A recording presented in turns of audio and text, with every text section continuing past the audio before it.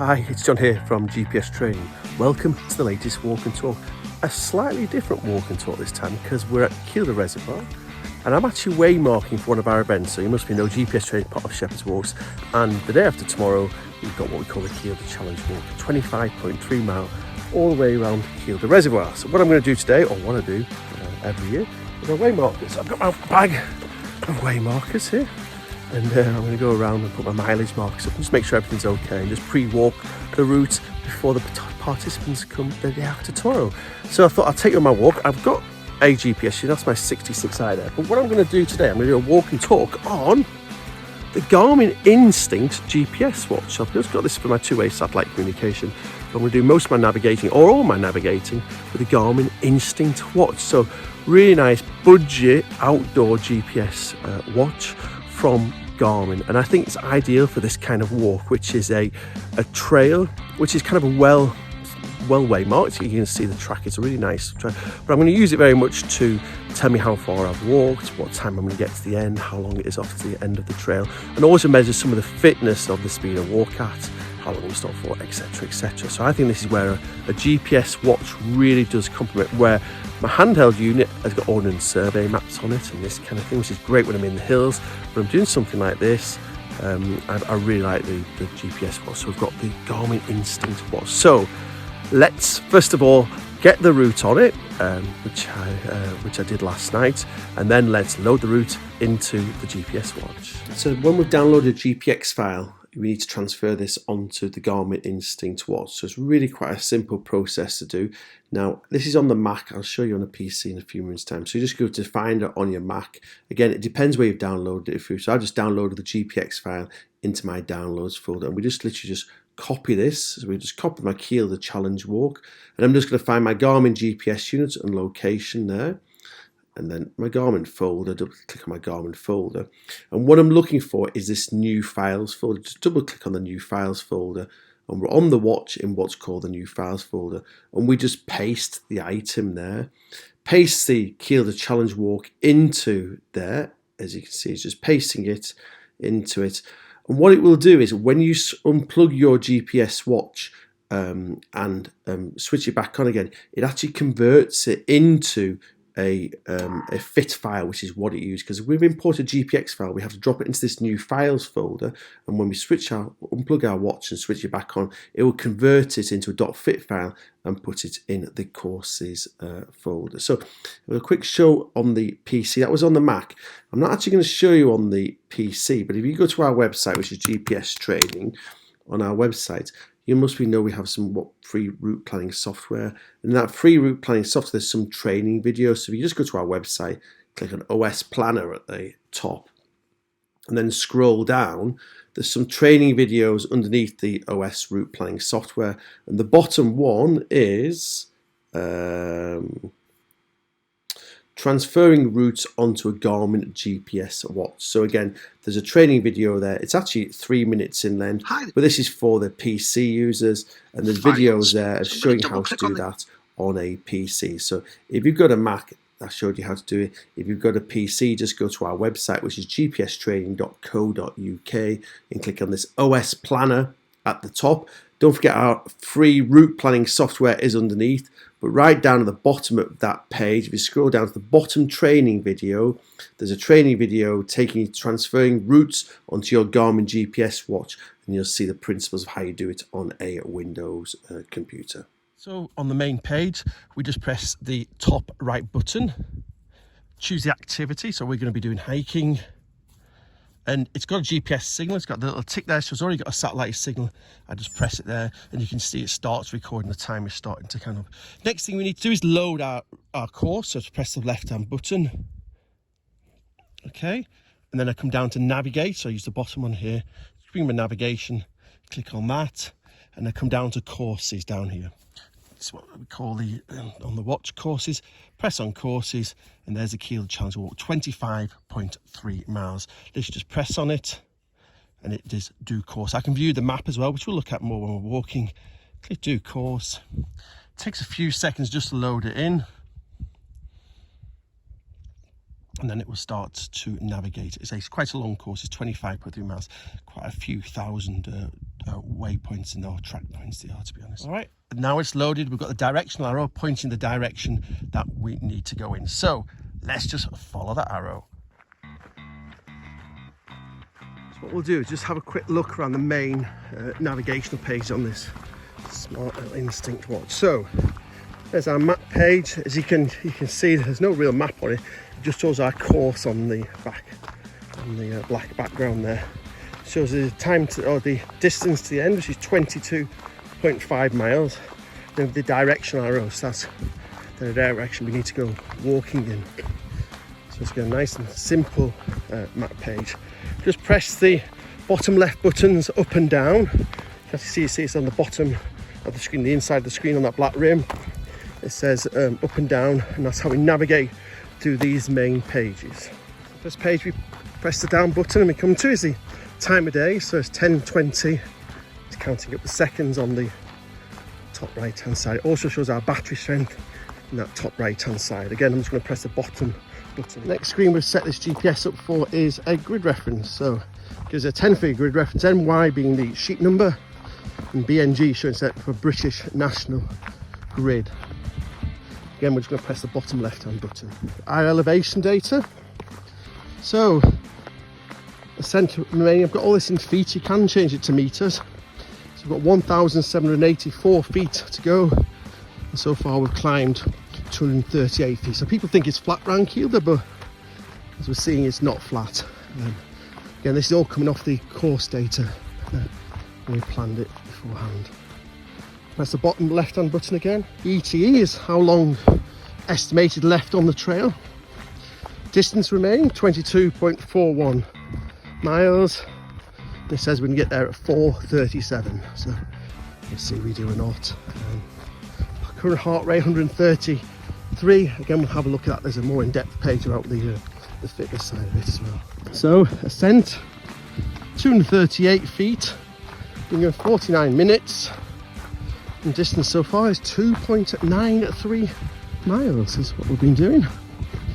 And our heart rate, or my heart rate's up there. Bottom left hand button again, it's 127 heart rate, and it shows the aerobic capacity of that as well. So hopefully on the downhill sections that should lower a bit and go up on the uphill sections.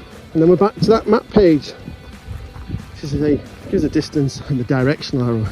Really nice and simple to navigate around. A lovely compact GPS unit on the wrist. Now, a lot of people say that the Phoenix are quite big. It's a lovely compact, lightweight, good quality material as well.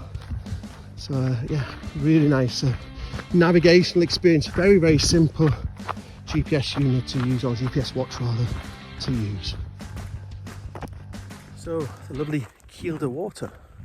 I don't know what facts you know about Kielder, but you're ready for some useless facts. It's the largest man-made reservoir in England if we go on capacity. So if we're looking at surface area, I think Rutland water's larger, but on surface area, the capacity, Kielder is the largest man-made reservoir in England.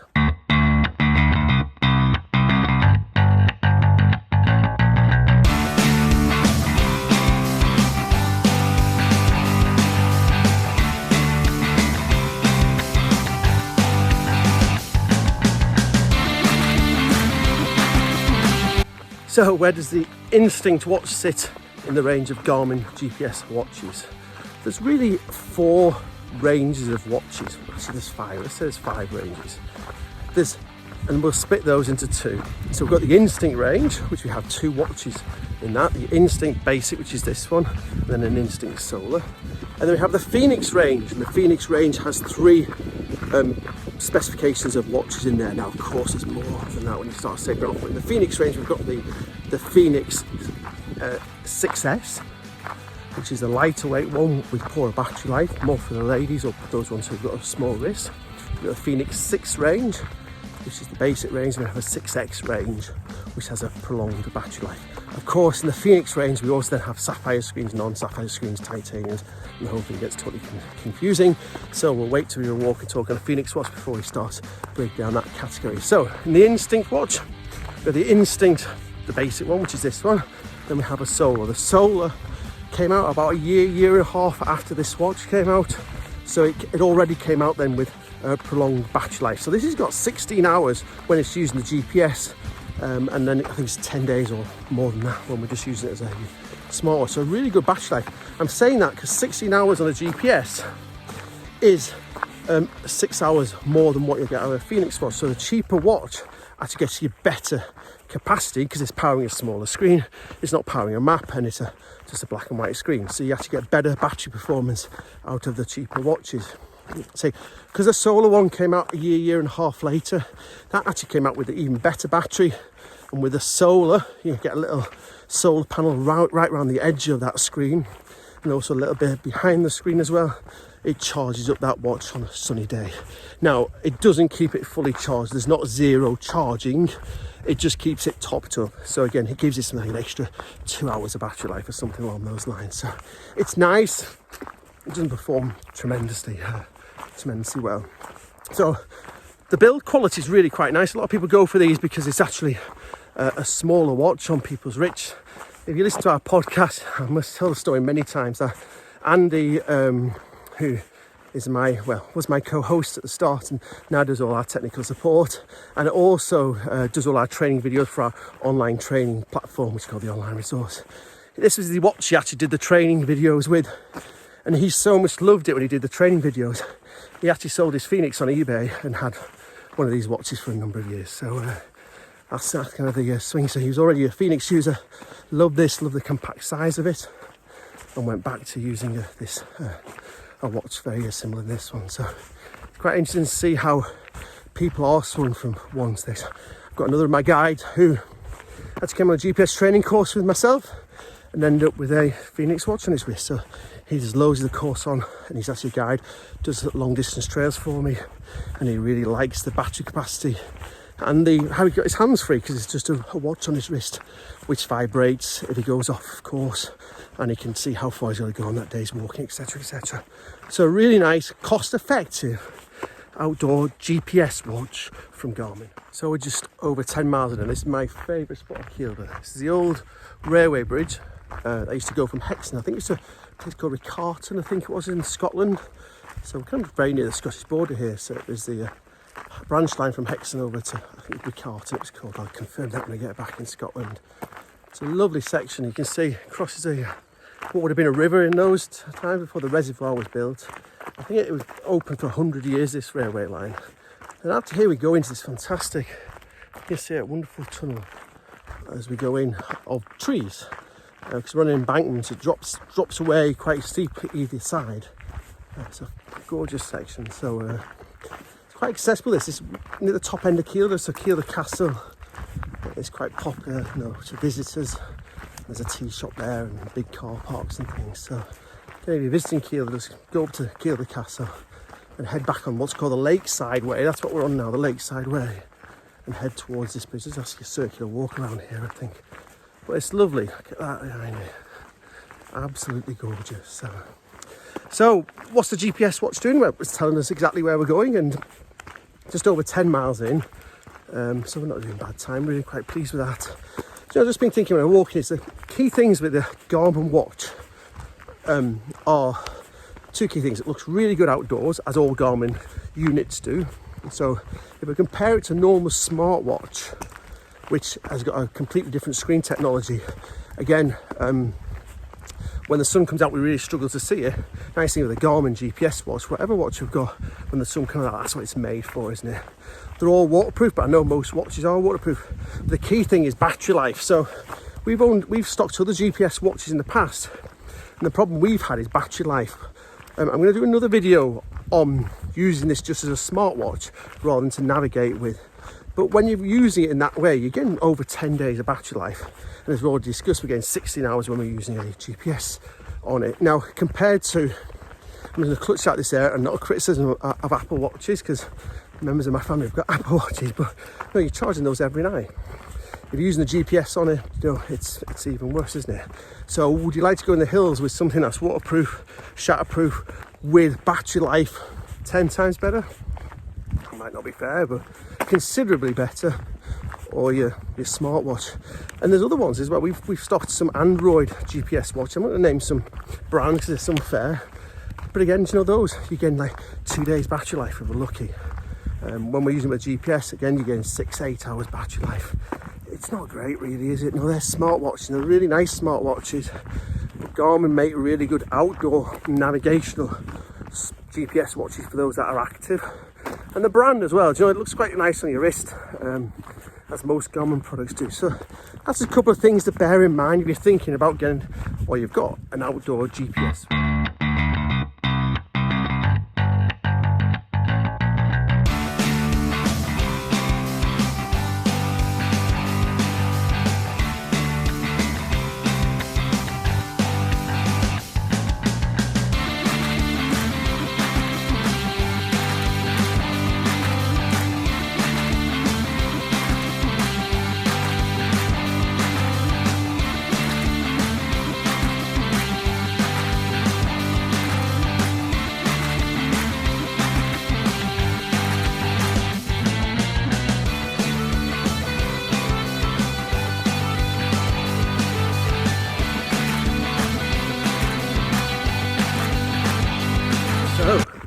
Just got 7.5 miles to go, which is really good. You see the high ground in the distance. The high ground in the distance is the source of the River Tyne. So you all know the Tyne that runs through Newcastle upon Tyne. And that's the source of the river there. Now, there's actually two Tynes. There's North Tyne and South Tyne. So this is North Tyne, where it's Kielder Reservoir. But Kielder Reservoir discharged into what's called North Tyne. Which then runs down and meets the South Tyne and merges into one. South Tyne will run through Hexham, or by the sides of Hexham, what we call a Tyne Valley, which is another area of the A69. It's kind of where the Tyne Valley runs through. People know Hexham, lovely fishing and things there. And that's the South Tyne, but this is the North Tyne. Now this water gets discharged into North Tyne. They've also put in a underground pipe system so we can transfer water from Kielder into both the Tees and what are the other river? There's certainly the Tees and another river a bit further south as well. Because this is sourced by, or it's filled both by river but also by underground springs. It does very well to keep itself full when we've got some dry weather. So what it's really known for now is when much of the country is in water shortages, especially the south of England, north of England, usually we're very lucky because we've got the Kielder, or we've got Kielder Reservoir, and because it also filters into two other rivers by underground pipe work, we can kind of keep northern England kind of out of drought, or northeast England at least, out of drought conditions if we have this dry weather. So even though we've had quite increased temperatures due to global warming, Kielder's holding up very, very well, and it's keeping the northeast full of water when the rest of the country is going into droughts.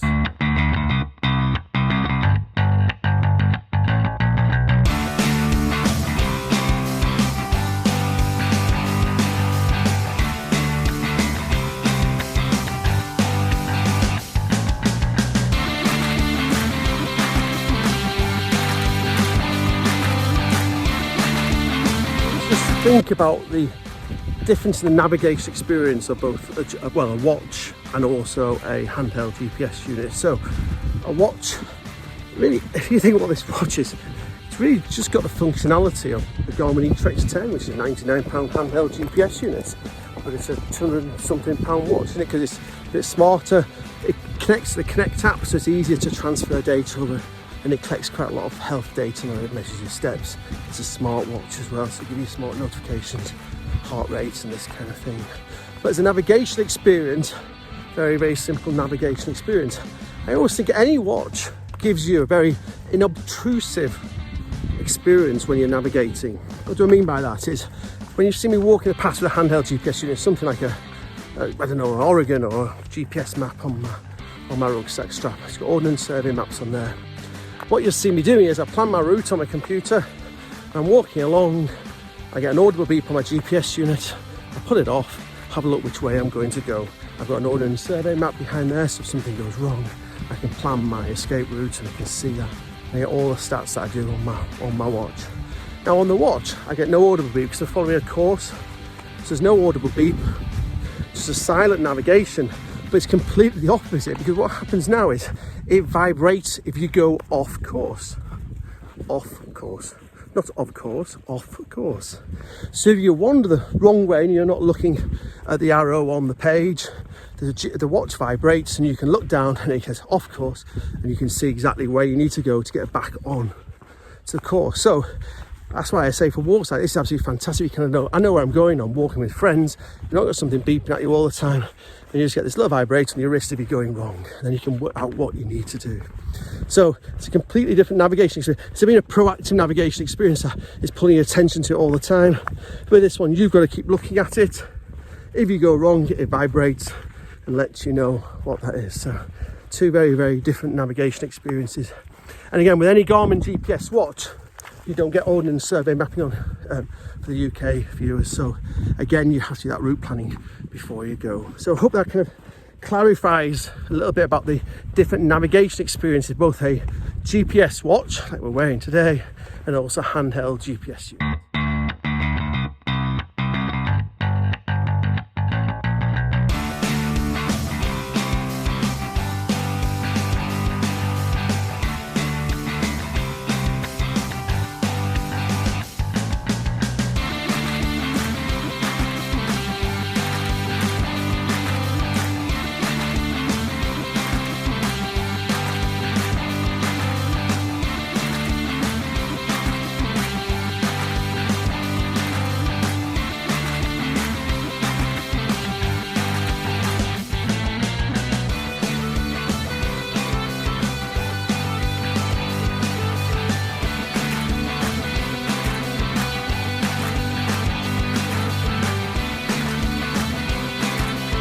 Approach the end, it flashed up course is complete, and that's now stopped navigating the course. So 51,000 steps we have. So we just need to stop our recording, so we just press this.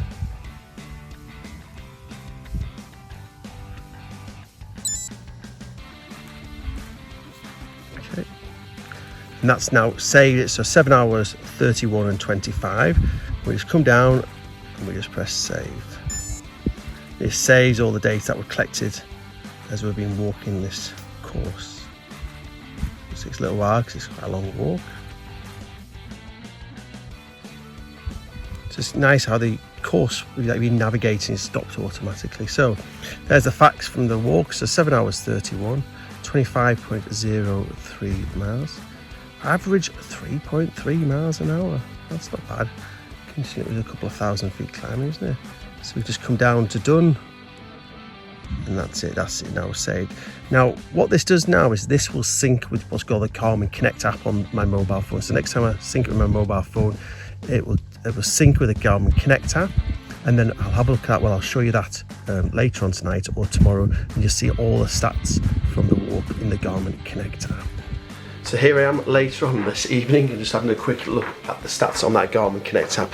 So as I say, everything syncs automatically with the Garmin Connect app. So on your mobile phone or your tablet, you have what you call the Connect app on there. And what it does is it brings up your activities during the day, so you can see where my walk was today, and here it is, Northumberland hiking down the bottom. So when you click on it, it brings you up a lot more information about the actual walk. So the key thing here is the map of the walk. It overlays it on some satellite imagery and it shows you the speed. So you can see it's slower up to faster. You can see this is where I started. I was quite quick at the start, a bit of running at that point, up at the top, and you can see I kind of slowed down a little bit. So the last bit I was a little bit going to blue, which is slower, and across the dam as I finished, which was the slow. So it gives you really nice stats of the speed it was during the walk. I actually had it measuring me in kilometres, give me my rate per kilometre. That's why there's all these little dots on there. So again, you more than likely will have it done at miles. So every mile it would tell you how fast your last section were. So again, you've got various information on here. So again, it's going to be very hard for you to see average pace, moving pace, best pace, average speed, average moving time, max speed, timing, which we know is 7 hours 31, moving time, elapsed time, average heart rate, and maximum heart rate. So you get all this information, which again is very, very small, but you get a lot of that information on the app as well. And then you've got all your different lap times, so average per mile. So again, I set mine set up as kilometers. Then it shows you your pace throughout the walk, heart rate throughout the walk, elevation throughout the walk, and the temperature. Now the temperature is it takes it off your wrist, so it's not the most accurate. And then you've got your heart rate zones, so heart rate zone 1, zone 2, zone 3, which is the 121 to 137 beats per minute. Then sometimes it's in heart rate 4, which is 138 to 155 beats per minute it is. So again, you get a lot of this information on there. So again, there's the overall information, and there it shows it was recorded on the Garmin Instinct. So what it does, it automatically syncs with the Garmin Connect app on your mobile phone, and it gives you a lot more information. I love this map, so it overlays where it's been on that map as well. So that's just a bit of an overview about when it syncs back with your mobile phone. There's some of the information it gives you. I very much hope you've enjoyed the latest walk and talk about the Garmin Instinct GPS Watch. If there's anything you'd like to be covering in future walk and talks, please do leave it in the comment box below. And if you've enjoyed the video, please do subscribe on YouTube, and also please do give us a little thumbs up down below on YouTube. So thank you very much for joining me on this stunning walk around the 25-mile walk around the Kielder Reservoir, the largest reservoir in volume in the whole of England. Stay safe and thanks for watching.